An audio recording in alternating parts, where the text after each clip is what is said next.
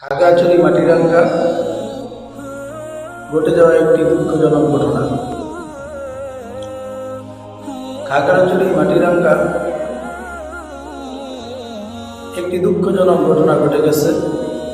সেই ঘটনাটি হল যে একজন মুসলিম শিক্ষার্থী সে মাটিরাঙ্গা ডিগ্রি কলেজের মধ্যে পরীক্ষা দিতে যায়, আর সে হিজাব পরে যাওয়ার কারণে, তার মুখের উপর নেকাব থাকার কারণে তাকে সেই পরীক্ষার হলের পরীক্ষকগণ তাকে পরীক্ষা দিতে দেয় না। সে কি জন্য তাহার নেকাব করে নাই, এই জন্য তাকে পরীক্ষা দিতে দেওয়া হয় না। আমি বলবো এটা শুধু তাকে পরীক্ষা দিতে না দেওয়া নয়, বরং এটা সকল মুসলমানদেরকে চরমভাবে অপমান করা।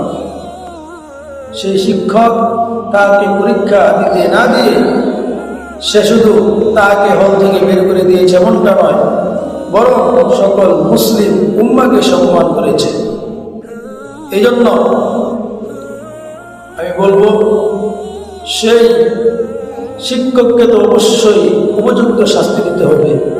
তাকে এমন শাস্তি দিতে হবে যাতে ইসলাম বিদ্বেষী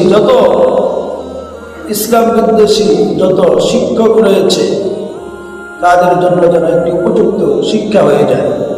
আর তাকে শুধু বদলি করলে চলবে না, তার সরকারি চাকরি বাতিল করে দিতে হবে এবং তাকে উপযুক্ত শাস্তি তাকে দিতে হবে। আর ইসলামকে অবমাননা করার কারণে তাকে কমপক্ষে 1 বছরের জেল দিতে হবে।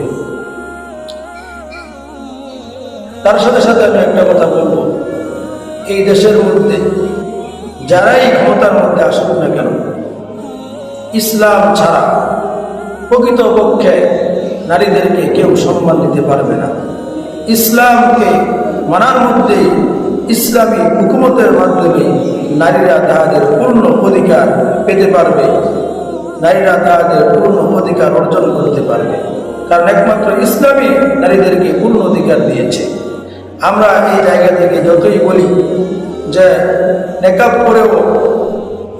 করেও পরীক্ষা দিতে পারবে, চাকরি করতে পারবে, কিন্তু যদি শিক্ষকরা, যদি কর্মস্থলের মালিকরা তারা যদি ইসলামের পথে বাধা হয়ে দাঁড়ায়, তাহলে সে কিন্তু তার ইসলামকে কোনোভাবে মানতে পারবে না। এই জন্য একমাত্র ইসলামী হুকুমতই পারবে নারীকে তার পূর্ণ ইসলাম অধিকার দিতে, সামাজিক অধিকার দিতে, তার ব্যক্তিগত অধিকার দিতে। যাই হোক, আমার সর্বশেষ একটাই দাবি যে সেই নারী ইসলামের যেই মূল হুকুম, যে আদেশ সে পালন করতে গিয়ে সে তার অধিকার থেকে বঞ্চিত হয়েছে।